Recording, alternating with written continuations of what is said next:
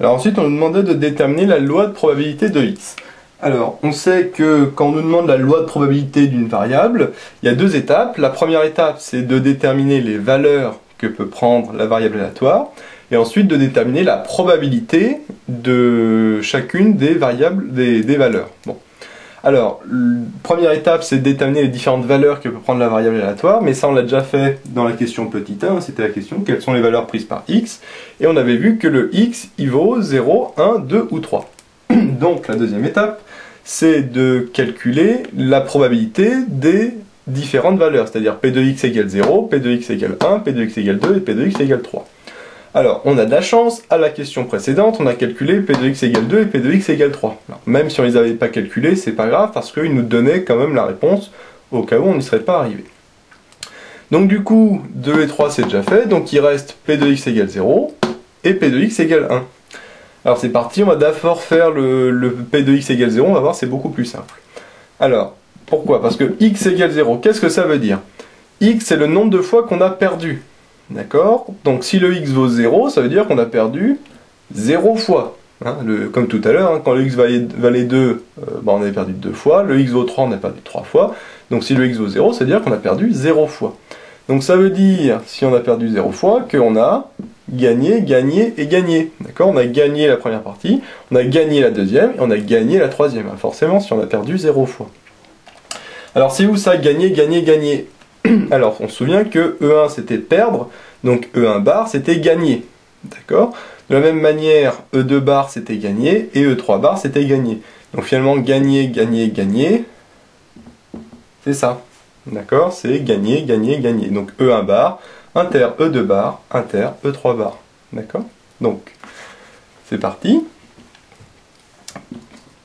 P de x égale 0, on peut, un petit peu comme tout à l'heure, dire que c'est P de E1 bar, inter E2 bar, inter E3 bar.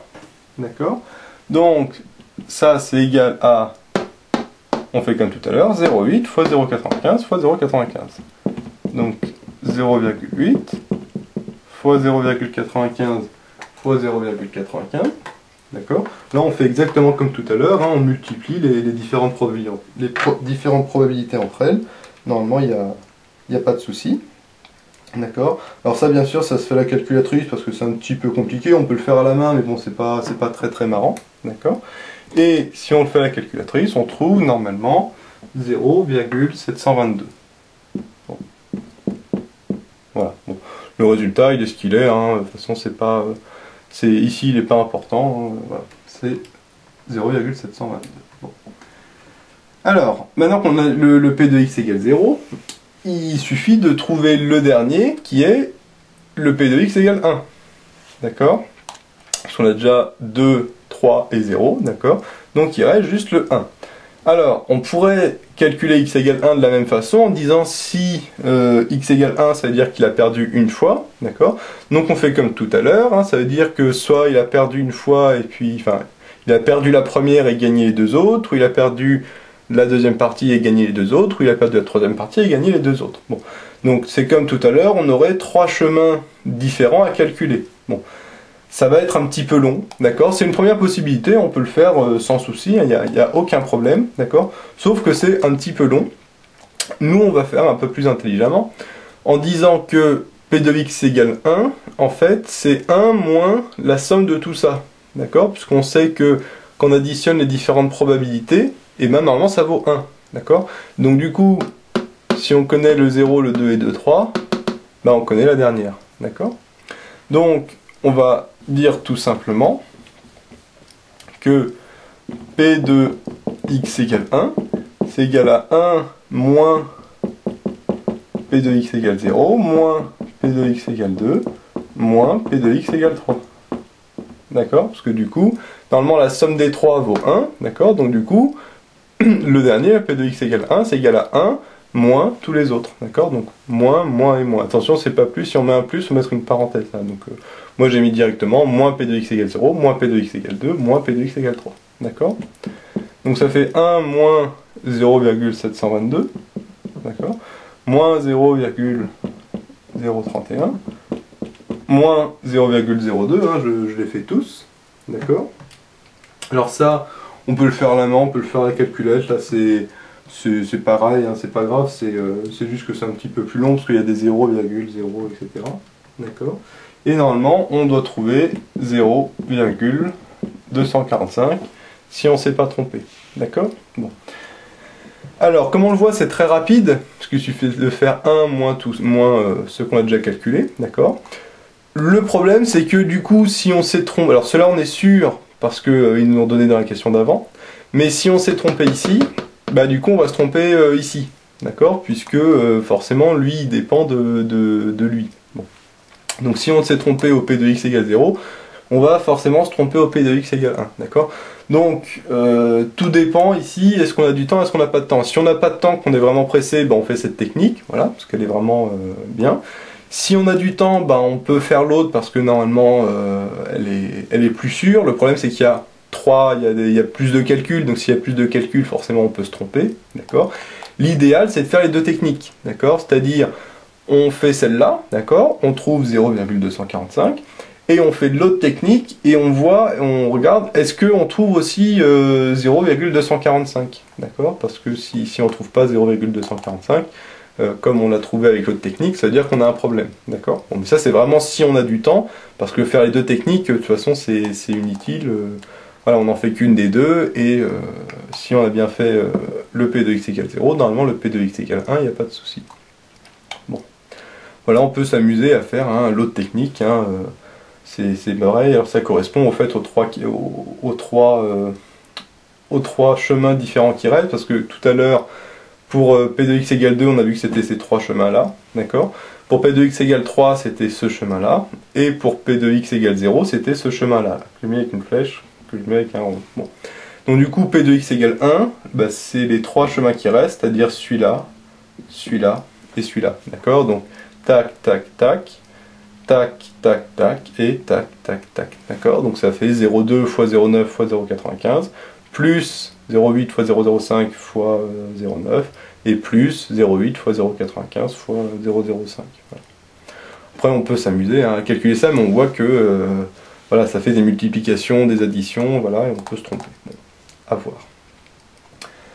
Donc, on a calculé différentes probabilités, donc du coup, l'arbre, on n'en a plus besoin, et comme à chaque fois qu'on nous demande la loi de probabilité d'une variable aléatoire, on fait comme d'habitude, on fait un petit tableau récapitulatif.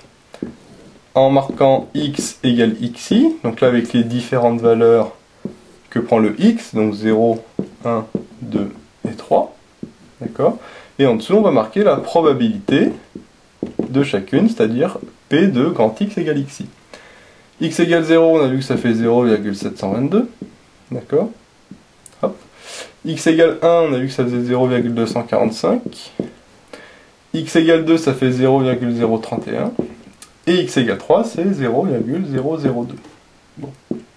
Voilà. Donc là, c'est la loi de probabilité de la variable aléatoire x. Voilà. Bon. Alors, ensuite, on peut faire la dernière question très rapidement, qui était calculer l'espérance de x. Donc l'espérance, on sait que c'est E de x. Bon. Alors, on sait, hein, comme d'habitude, que pour calculer l'espérance, c'est très facile, une fois qu'on a fait le tableau, puisque c'est ça fois ça, plus ça fois ça, plus ça fois ça, plus ça fois ça, tout simplement. D'accord ? Donc c'est 0 fois 722, enfin, 0 fois 0,722, de toute façon ça fera 0 à cause du 0 ici, plus, alors je vais le mettre en dessous, plus 1 fois 0,245, d'accord, plus 2 fois 0,031, et plus 3 fois 0,002. D'accord. Normalement c'est à la suite, mais bon là j'ai pas trop la place. Alors 0 fois machin truc, de toute façon ça fera 0, parce que 0 fois quelque chose ça fait toujours 0. 1 fois 0,245 ça fait 0,245. 2 fois 0,031 ça fait 0,062, parce que 31 fois 2 ça fait 62, donc avec les 0, ça donne ça. Et 3 fois 0,02 ça fait 0,006. D'accord.